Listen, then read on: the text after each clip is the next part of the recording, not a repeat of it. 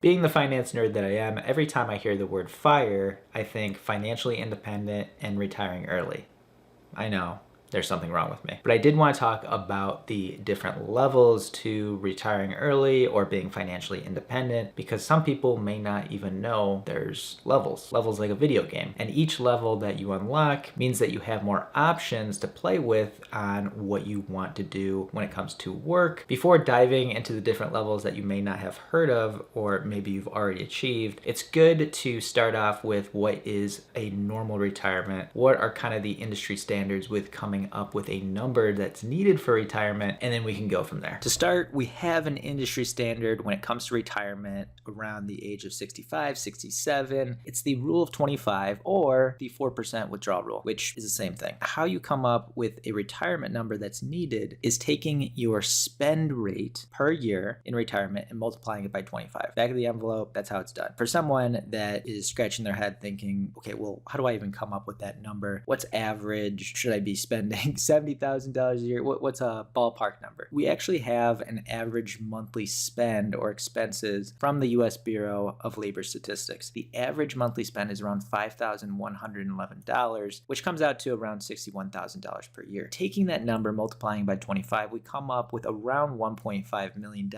for the U.S., right? This is an average household income that will get you, quote unquote, an average U.S. lifestyle. Other things that you can factor into that number is something like Social Security that you're paying into for your whole life. And when you retire, you get a monthly amount or a monthly benefit. Now, if you're hitting the maximum monthly Social Security benefit, you're going to get a larger number. So it really depends on your total taxable income throughout your entire life. So as long as you've contributed at least 10 years of work, that means that you'll get something. Knock on wood, because I'm not 100% sure if it's going to be there when I actually retire. To be conservative, I would just ignore that number. If you are depending on that number, then you can factor that in, lower the amount that's needed. But like I said, nothing's guaranteed in life. You can control your destiny by planning retirement without that number. And then if you do get those benefits, hey, it's a cherry on top. Again, from an average standpoint, the benefit for retired workers is around $1,558 each month. The benefits do get adjusted based on inflation, so that is good to know. But if the inflation adjustment is actually lower than the real inflation, then you kind of get screwed the longer you are in retirement. So if you're looking for that quote unquote average retirement, we're talking about $1.5 million in today's dollars by the age of 67. Now here's the thing, and you're looking at this meme, this cute little disappointed dog, when you realize that 1.5 million today isn't going to be the same amount of purchasing power in the future. So if you look at 30 years down the road at 2.5% inflation, that 1.5 million is the same as 3.2 million. If you're wondering how the heck am I going to actually calculate a number with all those inputs, don't worry, there's plenty of retirement calculators. If you use something like bankrate.com, I have a link, I'll put it in the description below. If you go to that, you can put in your current age, when you want to retire, how much you're looking to spend in retirement, the inflation, if you want to include Social Security. So all this information allows you to back into what your targeted number needs to be based on all of these assumptions. This is usually where a normal person stops and says, okay, that's the retirement number, that's what I'm working towards. I don't really need to look at the number anymore. But of course, there's finance nerds that have created different groups or different levels that you can achieve along the way. It can give you a different perspective as well as different options. The first level unlocked is